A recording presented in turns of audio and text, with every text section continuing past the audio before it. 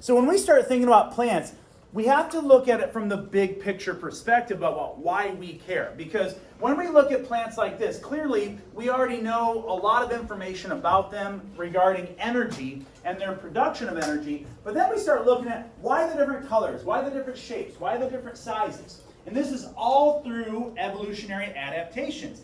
I think we can all agree, just on that picture alone, that we see a lot of variation. Yes, sir? Well, I'm sorry, we're here. Okay, we'll get you one.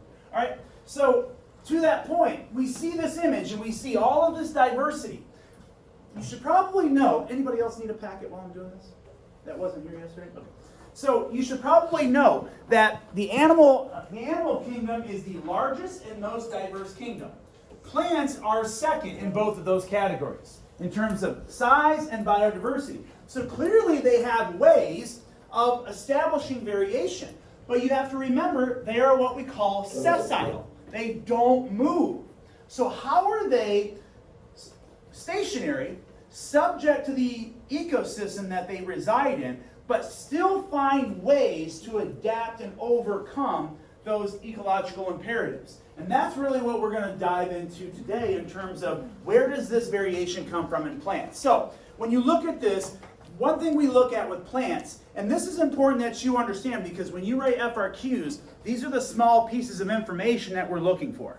Can you explain not only the details, but can you explain the big picture? And the big picture here is we know from our oxygen revolution timeline, plants have been on this planet for about 1 billion years.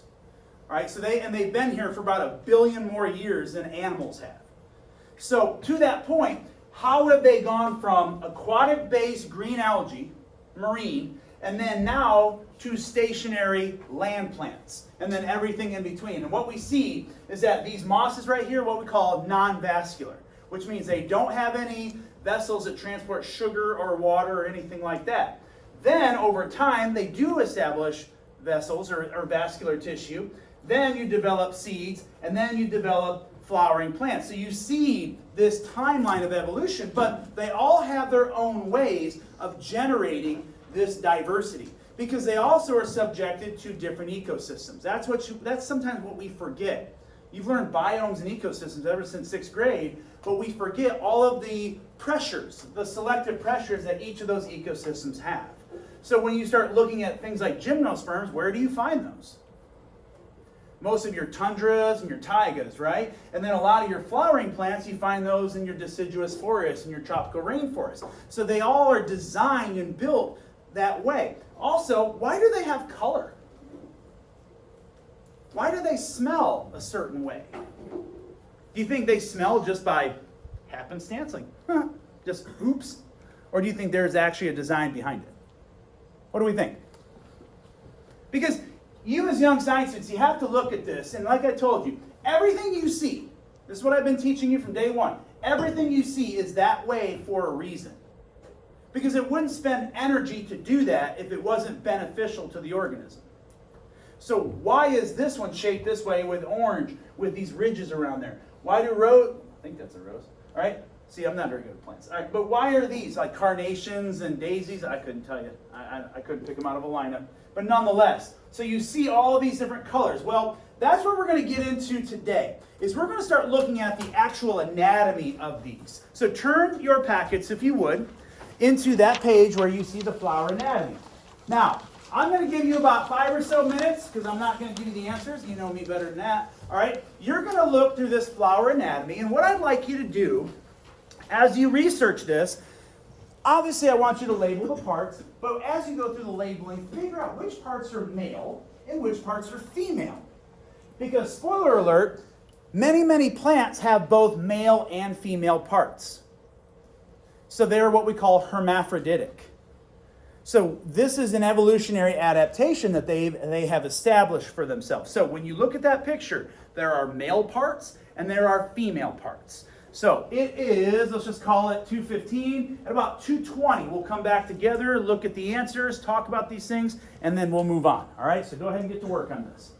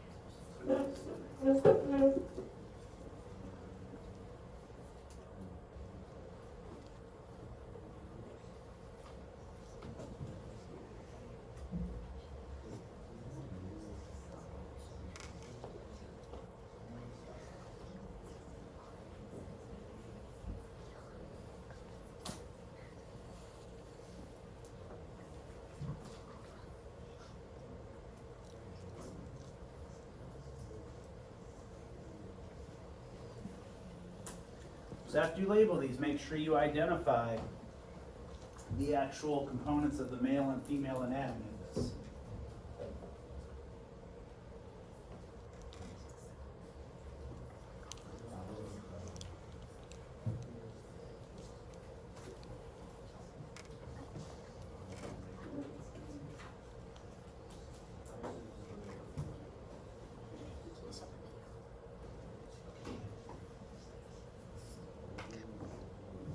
About 94 to 95% of plants are hermaphroditic.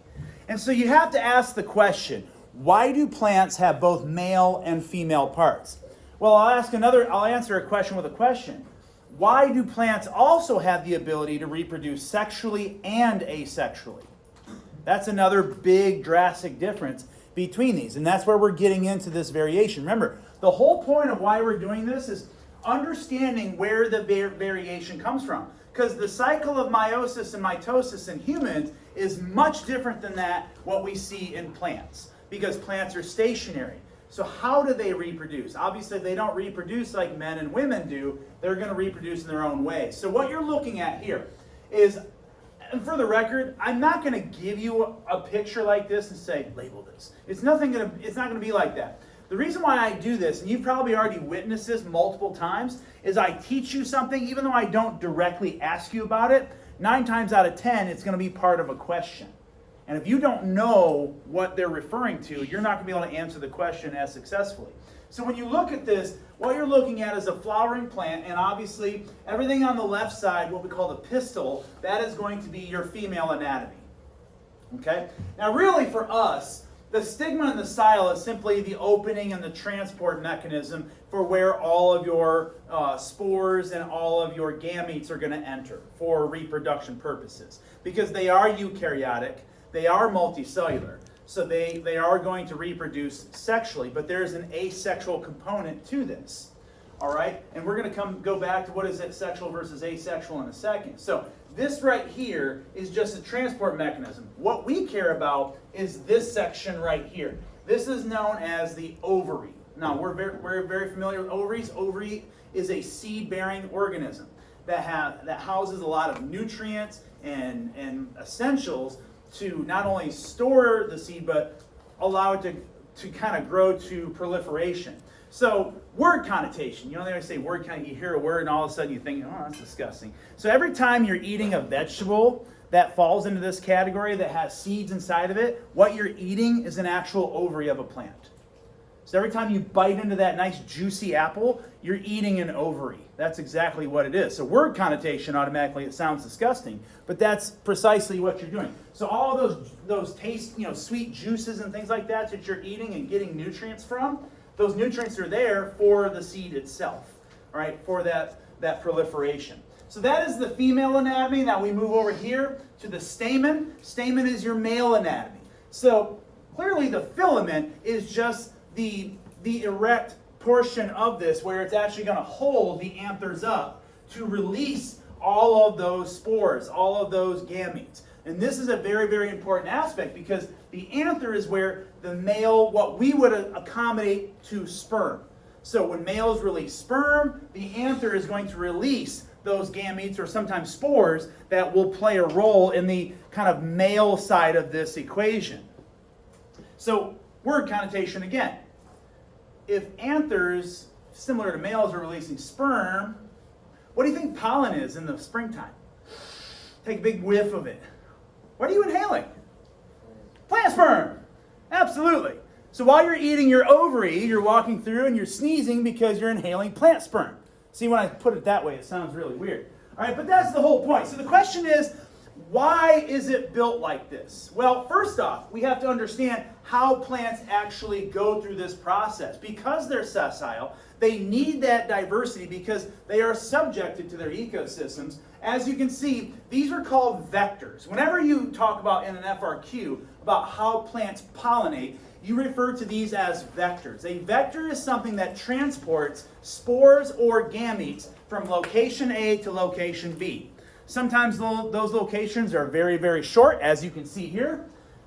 Plants have the ability to self-pollinate. Sometimes they pollinate on the same flower. So that picture I just showed you, this would be self-pollination. Think about how easy this is.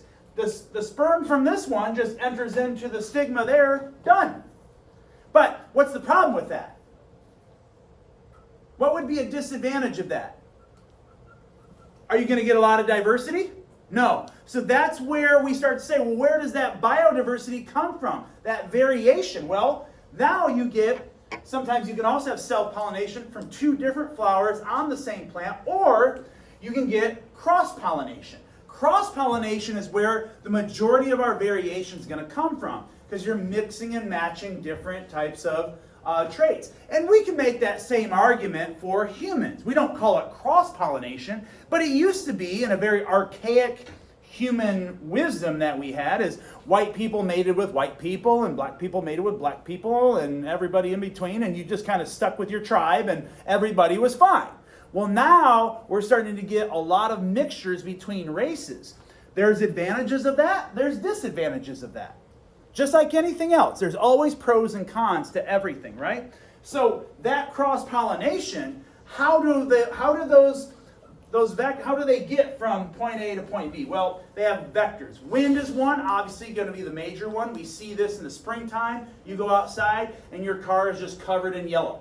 That's all it is that pollen. We also have insects. Now this kind of circles us back to the color and the smell.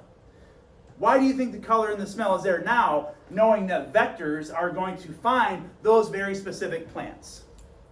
It's going to be based on shape, color. So when people say that animals are colorblind, that's a stupid thing to say. They can see color, they just don't see it the way we do. But nonetheless, they still see color, and they can also attract pheromones, smells. So they can find those very specific smells, and that's going to be their navigation to that particular pollination. So all of these are vectors. And you can also throw in here, if you're taking this down, water is another good example. All right, so you get a lot of, when it rains, it knocks down all that pollen, but what it does is it also lifts it up. So after the pollen drops, it dries and lifts back up, and it is displaced through moving water. It can end up in a lot of different places. Okay? And then, of course, you got to add human stupidity into this. Humans, what do we like to do? We like to say, well, what happens if you mix this one with this one? We like to do that kind of stuff. Darwin did that with dogs. Who did that with plants? Come on, you learned about this person. Mendel, very good. Gregor Mendel was one of the first people that documented. Now, he did this, but he used it to use mathematics to kind of show hereditary patterns. So these are all the ways that why this happens. So the colors, the size, the shape, the smell, that's going to attract your pollinating insects. That's why it's built that way. Sometimes, though, the colors are also there to do what? This is known as aposematic coloration. What were you saying? Keep things away. Yeah, scare things away, right? So sometimes it can attract, but other times it can scare it away. Sometimes it's like luring you in. Sometimes it's just saying you better stay away or else bad things are going to happen to you. So there's a lot more to this than we can spend time on today, obviously. So what we need to look at, and I'm going to go backwards real quick, is let's do a quick perusal about what is the difference between sexual and asexual. This won't take me very long. Take a look at these. A lot of these you've heard before. First off, sexual intercourse. We already know this one. I don't think we need to spend a lot of time on this. But go ahead and look at asexual reproduction. Are you able to explain the differences in these types of processes? Some of you are shaking your head, yeah. Some of you are like, I don't know. All right, here's the reason why. I'm not going to ask you specifically about them, but they will be in questions. I'm telling you that right now. So, what is budding? What is fragmentation? I like to relate budding to what we would do naturally. Now, we know that we have sexual intercourse, and after 9-10 months, you reach your third trimester, you have vaginal delivery, sometimes a C-section delivery, and Mazel Tov, you have a baby boy, baby girl, and everybody celebrates, right? That's kind of how that goes. That's not how asexual goes. Now remember, from now on, anytime we talk about asexual reproduction, we automatically relate that to mitosis. Mitosis, to us as growth and development, is also asexual reproduction in some organisms because there's no diversity, and that's one of the disadvantages. These all do this very, very quickly, but the disadvantage, you don't get a lot of variation. So budding, what is budding? Now, envision this. Many, many years from now, you say to your partner, you say, you know what? I think we're ready to have a family. Good idea, I agree with you. All right? Boom. Now all of a sudden, your baby starts growing off of your arm. Like just giant tumor-sized lump. And then one day, it just falls off. There you go. There's your baby. Ladies, would you do that? Would you rather have that versus the 9 months of hormones and pain and all that? Well, you don't know yet, so you'll get there. You're going to look back one day and be like, yeah, I'll take budding. But regardless. And so budding is very much what you see right here. Here's your adult, and there is the budding larvae right there. That's actually just going to break off of that and be a full-fledged adult. And then that will start budding. These things do this so fast because most of these small microorganisms, they get destroyed so fast that they have to keep repopulating to keep their numbers up. Fragmentation. This one's cool, ladies. Maybe you don't like the lump on your arm. That's kind of gross. What if you just break your arm off? Snap off your left arm, set it on the table, walk away. Maybe a week or two later, you come back, brand new baby. Mazel tov. Does that way work? Is that better than the weird tumor-sized thing on your arm? Yeah, maybe. All right, that would be fragmentation. But the good news is you would get your arm back. It would grow back. You're good. What about parthenogenesis? There's only one documented story about this. Anybody know what that is? Well, if you're a Christian, you've read about this. It's kind of the foundation of the Christian faith. As Mary Magdalene was a virgin, imagine having that conversation. Hey, I'm pregnant, but I know I've never had sex with anybody, especially not you, my husband, but I'm pregnant anyway. Well, who's the father? God. Well, who's the son? Well, the Son of God, the Savior. Imagine having that conversation, right? Well, that's what parthenogenesis means. Genesis means creation. So the book of Genesis is that conversation and where things start. So parthenogenesis is an example of where the way that the DNA, and you usually find these in a lot of reptiles, is where they can actually switch their sexes. So if you're a male, so think about it this way. The male portion of your DNA is on, the female portion is off. But some selective pressure forces an evolutionary response, so the male part turns off and the female part turns on. Now you can house offspring and produce offspring like a female, even though the majority of your life you've been a male. Kind of cool when you think of it that way. All right, how many have ever seen Jurassic Park? The movie Jurassic Park, the very first one, not the weird ones that they've been making recently. But the first one, remember, there was that part in the movie where they're in the lab and they say to the scientists, how do you make sure that they just don't all mate together and just take over the world? He said, we engineered them to be all females. And then later on in the movie, the weird guy that dressed in all black says, life finds a way. Remember that line? Well, it did, because life does find a way because of these selective pressures. Well, some of the DNA they used to build those dinosaurs, which is stupid science, by the way, but the DNA that they used to build those dinosaurs was reptilian DNA. So some of those dinosaurs actually went through parthenogenesis in that movie, switched to female, started laying eggs. And then that's where they started taking over the island. So you didn't even realize it when you're watching Jurassic Park, you were witnessing parthenogenesis. And then, of course, we already know binary fission. That's where just two bacteria, one splits into two, two becomes four, so on and so forth. But here's the fifth one that you probably haven't heard of before. Alternation of generations. All right, alternation of generations. This is something that you haven't heard, and this is what is going to kind of consume the rest of our period. And this, I'll admit, is a little clunky when you teach it for the first time. All right? Now, hang with me. I know it looks terrible. All right, but you're going to have time to let it digest, and then you're going to write about it. It's not going to be as bad as it looks. The first thing I need you to know, all right, there's a lot of vocabulary that I'm going to throw at you. So right now, a lot of you are giving me stinky face. I see everybody going, looking at it like, what are we reading? I get that. Like I said, A, it's plants. All right, and then that, you start throwing vocabulary at people, you just turn off. That's the last time you want to turn off, trust me. I'm going to try and explain this as painless as I can, but really highlight the important features of this. What is alternation of generations? What it means is that alternation means it's alternating between sexual and asexual reproduction. That's why we call it alternation. All right, so I'll just start right there. Why the name? It alternates between sexual and asexual. So now what we need to do is we need to identify what part is sexual reproduction, which part is asexual. Well, if you were following along, what we've talked about is that first off, we think about the names. There are two stages that these go through. What we call gametophytes and sporophytes. Now here's where the names come from. Sporophytes produce spores. What do you think gametophytes produce? Gametes, all right? So the names kind of lend what's happening. Now, you need to understand, spores are not gametes. They are not the same thing. So sporophytes produce spores, gametophytes produce gametes. They are not the same things. Okay? So let's start with kind of a starting point. We're going to start right here. Now, if you're following along with me, you're kind of writing out this. Remember, this is all posted for you, so you can go back later and take a snapshot of it right here. Don't reinvent the wheel every time you take notes. But let's start with it. You go outside, you see all the trees outside. Let me ask you, those trees that you see, do you think those are sporophytes or gametophytes? What do we think? Those are sporophytes.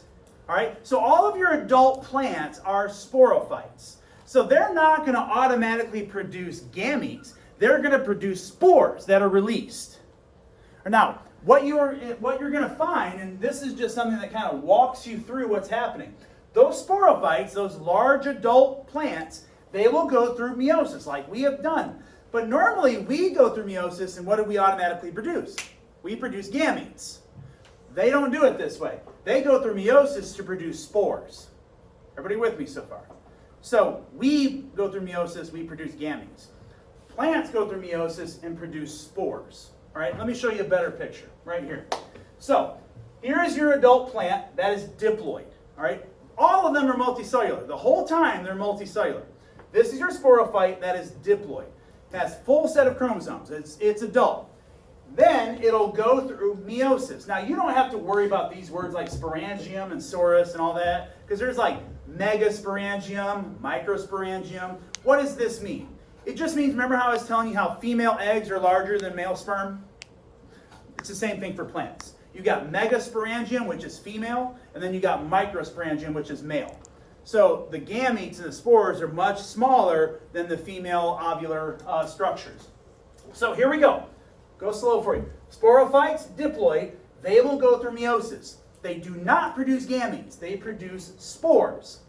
This is where the word sporophyte comes from. So now the sporophytes will start going through asexual reproduction.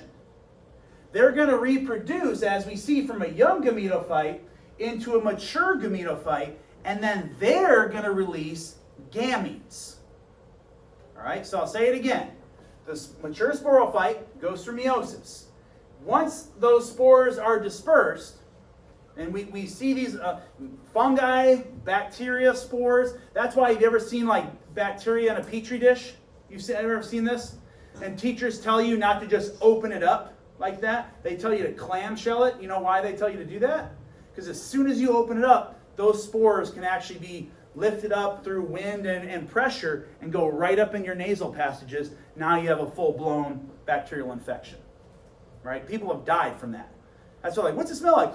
Yeah, that bad move, right? So, your mature sporophyte goes through meiosis, produces your spores. Now, this section right here, your sporophyte section, that is going to be your asexual component. All right, that's your asexual component, because everything that you're seeing here is just mitosis. But notice, here's where it gets confusing.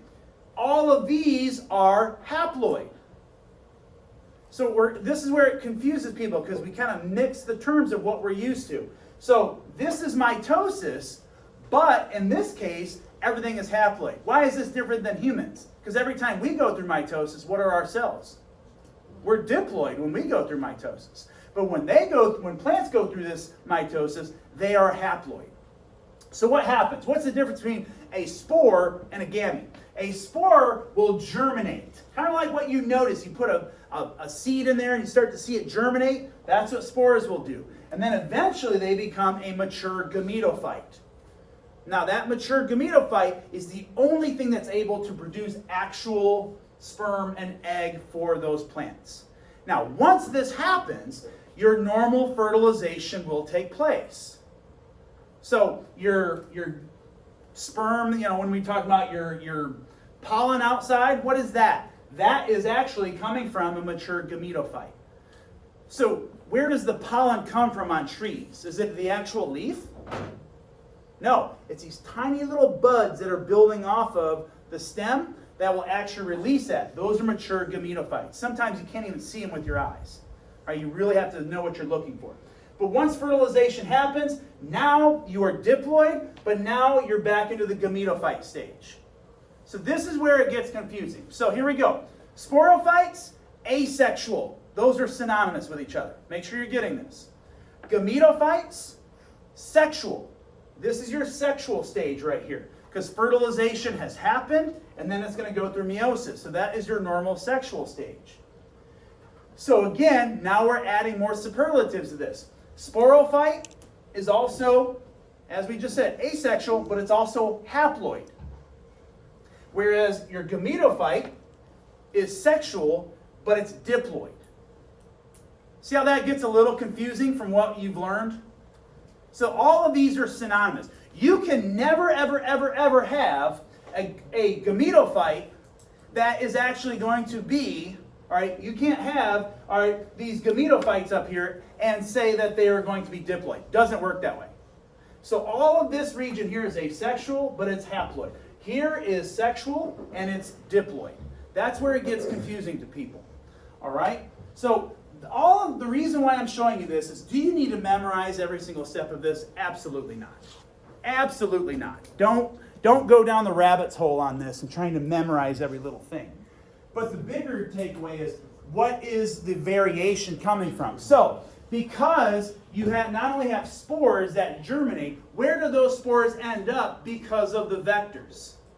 See where I'm going here? So spores can be displaced by wind, rain, animals, insects. Then, where do they germinate? Then all of a sudden, when they germinate, how are they reproducing? And are they cross-pollinating because they're now in new areas? Everybody's following me on this logic? Because you have vectors moving spores, and you have vectors moving your sperm and your egg, now you can be putting plants in not only in different ecosystems, in different areas of that ecosystem, but you can have cross-pollination between a whole slew of different plants. And this is where evolution has really shown itself with plants. So even though they can't move, they are by far the most biodiverse, well, second most biodiverse kingdom because of this ability. And so to you, you might be saying, well, why does it matter? And I agree with you. Sometimes we have trouble seeing the bigger picture. Take a look at this list for me. And you don't have to write this down. Let's just think for a second. Why does it matter about studying plant anatomy, physiology, reproduction?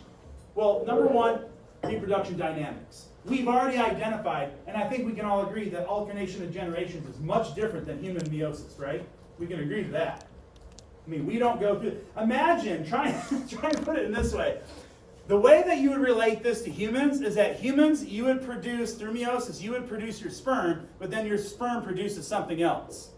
And then that would be the reproductive aspect, and that would start producing your offspring. So it's this extra step to ensure. All right? So that's why when we go back here, we have to understand that there's not going to be any variation here. You don't want the variation in this component. All the variation is going to come from this section right here because of that cross-pollination. But then we take it one step further. We say, well, adaptive strategies. This is evolution at its finest. How these plants have had the ability to do that. Then we start getting into here. Crop improvement, pest control.